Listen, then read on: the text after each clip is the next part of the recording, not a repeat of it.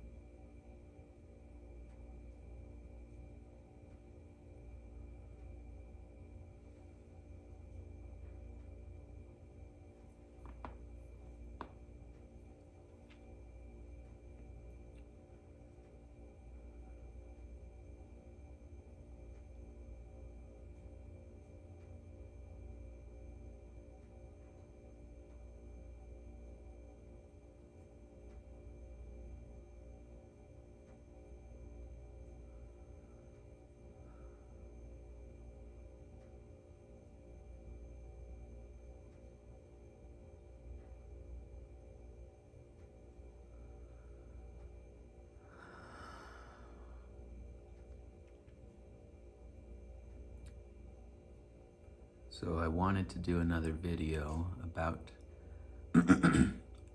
dreaming and the healing potential in dreaming, healing potential of dreams.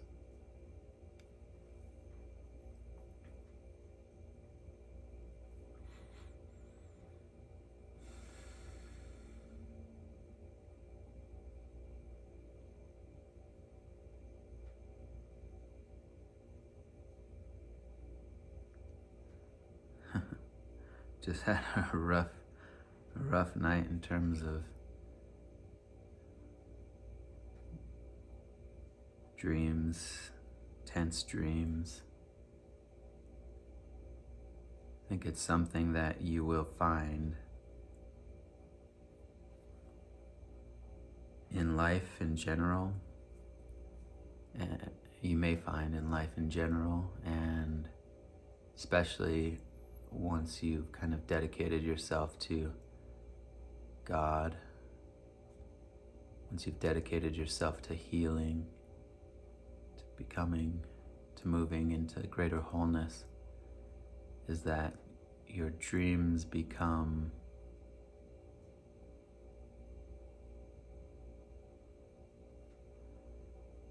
I'm not sure how to say it exactly.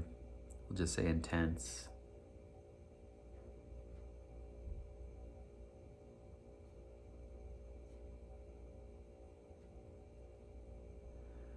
And dreams are portals. Dreams are experiences in other realms, other dimensions of being, of creation.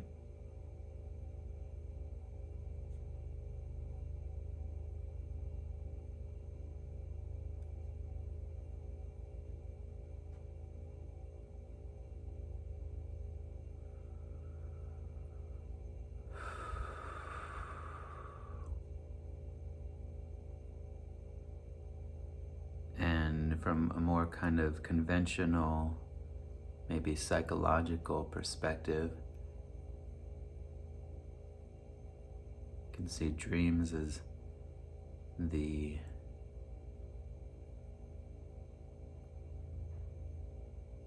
sort of working out or arising of deeper, repressed, unprocessed, unhealed, undigested material.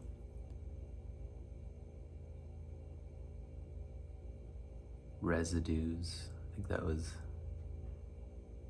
that a Freudian way of saying it? Daytime residues. He spoke German, I think, so I don't know what the word would have been, but excuse me.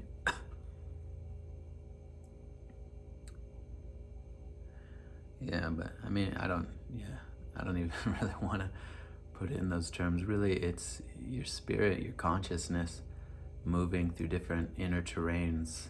I think feels like a better way to say it. And sometimes that terrain is very kind of localized.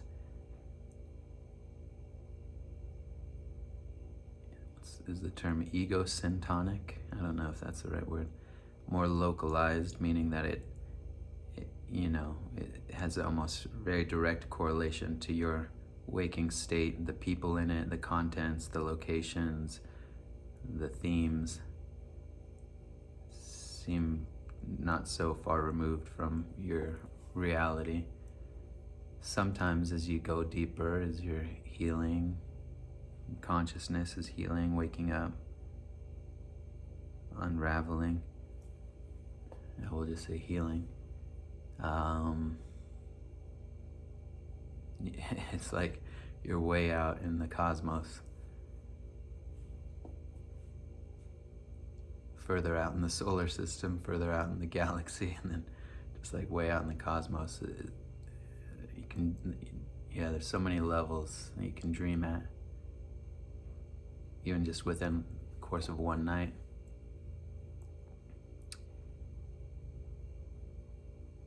Hell realms,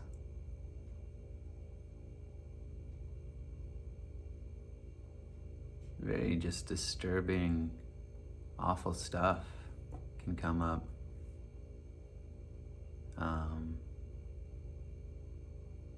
Painful stuff, violent stuff,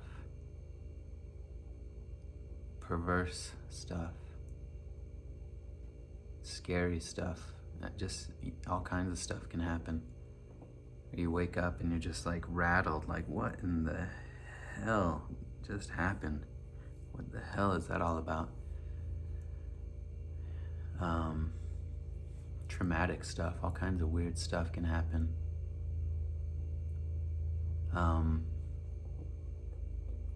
And with some experience on the path, it's like you expand your capacity to digest and to move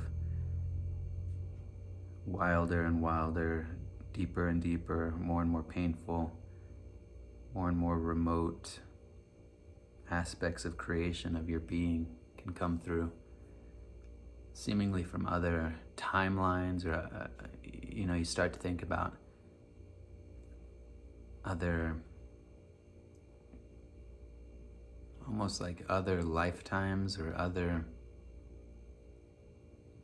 it's like you've incarnated in numerous different planes. I mean, there's just a lot of possibilities that can happen at night, because you're entering into a subtler field of experience. It's more fluid. It's more possibility of movement. You can become lucid in the dream state. Different possibilities open up on that horizon.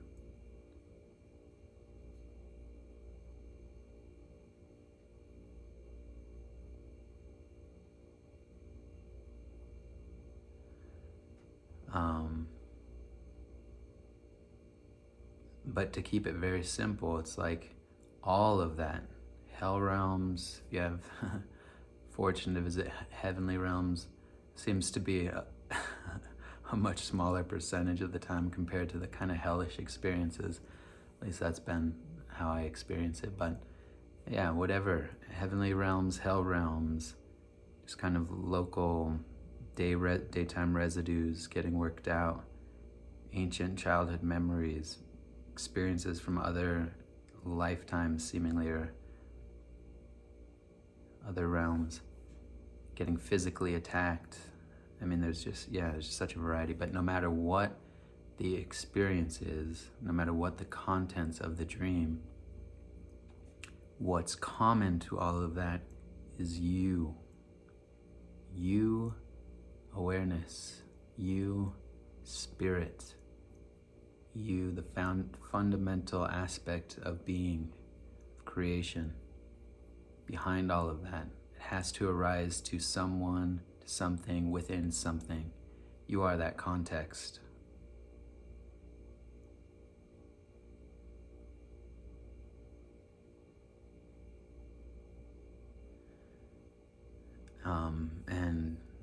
And one thing that you can get, it's kind of in a way you could say a skill or capacity that you develop is, and it's synergistic with the daytime process of healing. It's all grist for the mill, as Ram Dass would say at some point. It's all, it's fundamentally the same healing approach as whatever comes up in the dream state, kind of in the background or permeating throughout all of it, however you want to think of that.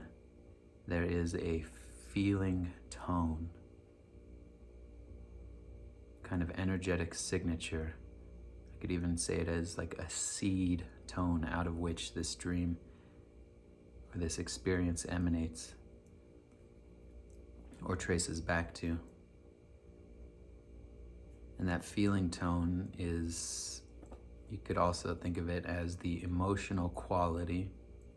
I think it's probably a little bit subtler than emotional, but that helps you move in the right direction. So you have, let's just say you have an awful, just very disturbing dream.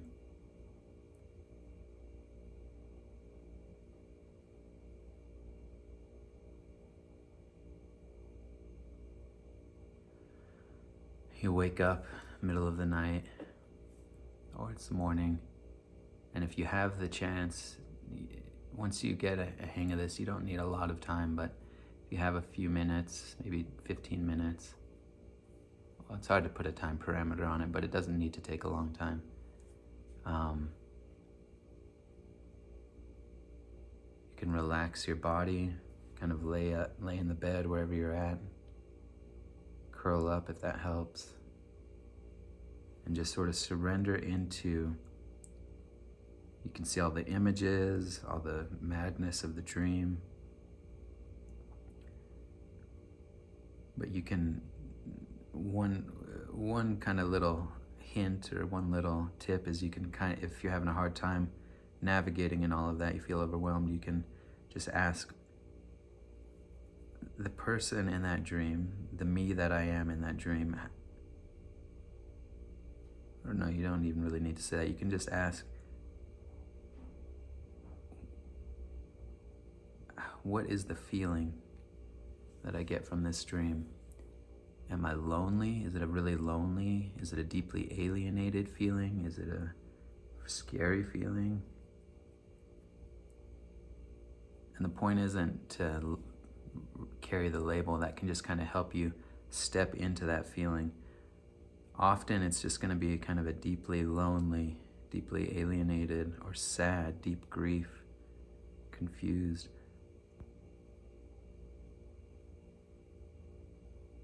And it's like you go to that person that you are in that dream, and you let them speak to you, and you say, it's almost like you're in I'm sort of verbalizing it, and it doesn't have to be, it's better if it's not really verbal, but it's sort of like energetically you're asking them to share how they feel in this crazy dream. And They probably say, I'm really lonely, I'm really sad, I'm scared, I don't understand this. I'm so sorry, I really messed up. Please forgive me, please protect me, please, try to keep it simple and childlike. And the point is to get into that emotional space and to touch it with awareness and to begin to digest it, to begin to let it move, to cry. That's often what it takes, is to cry, to maybe clench your muscles, to cover your head, to really protect yourself. And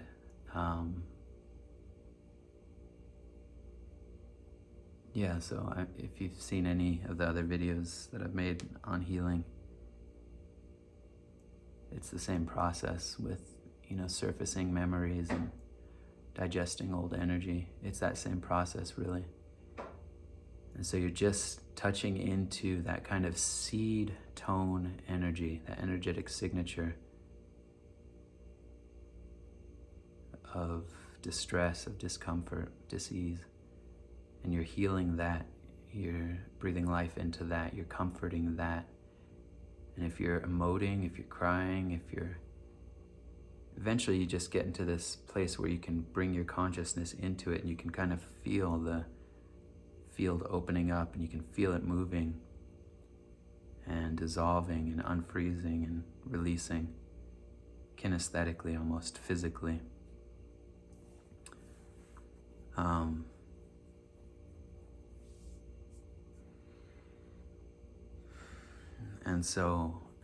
And it's all just a very human thing, because you can really, it's like, be gentle with that part of yourself. When that stuff comes up, have a sort of gentle surrender towards it.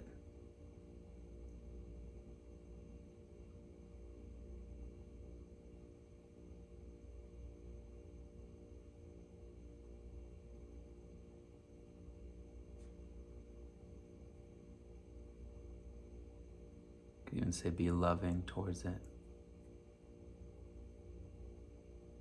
But again, you allow yourself to feel it if you want to heal it. Feel it to heal it. And you can really move some stuff. And after a while, it doesn't take that long. I had a very just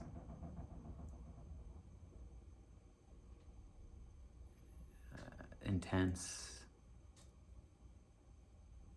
disturbing dream last night. I woke up in the middle of the night, and it takes a little while to kind of catch your bearings, catch your breath, and you can even get up, shake it out a little bit. But you go into it, and that's where the riches are. It's weird that that's how this game works. But you go into it, you feel it fully, you cry it out, and you can find peace on the other side of it. So you start to reorient towards these things,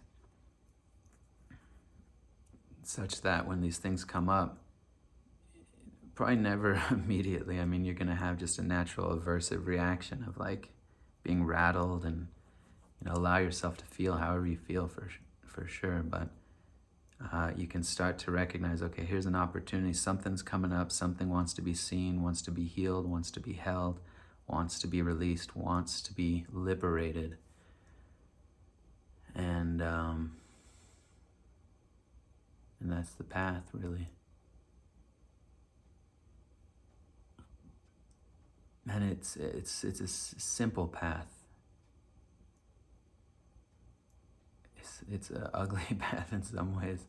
I don't know if I want to say ugly, but painful. But simple. It can be very simple. So you just surrender to what comes up. You feel it, you release it. Your job is just to feel it, just to release it, relax into it, to cry, to heal.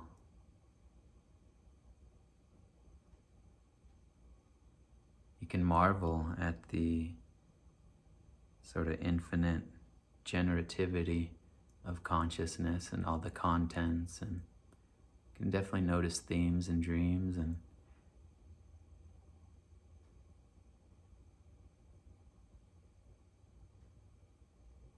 And there are things you can, I guess, in a sense, glean from the contents, but just to keep it really simple and kind of the richness, the riches of those experiences come at that feeling tone, emotional level, and healing that and being there with that, letting that speak, letting that open up, letting that release.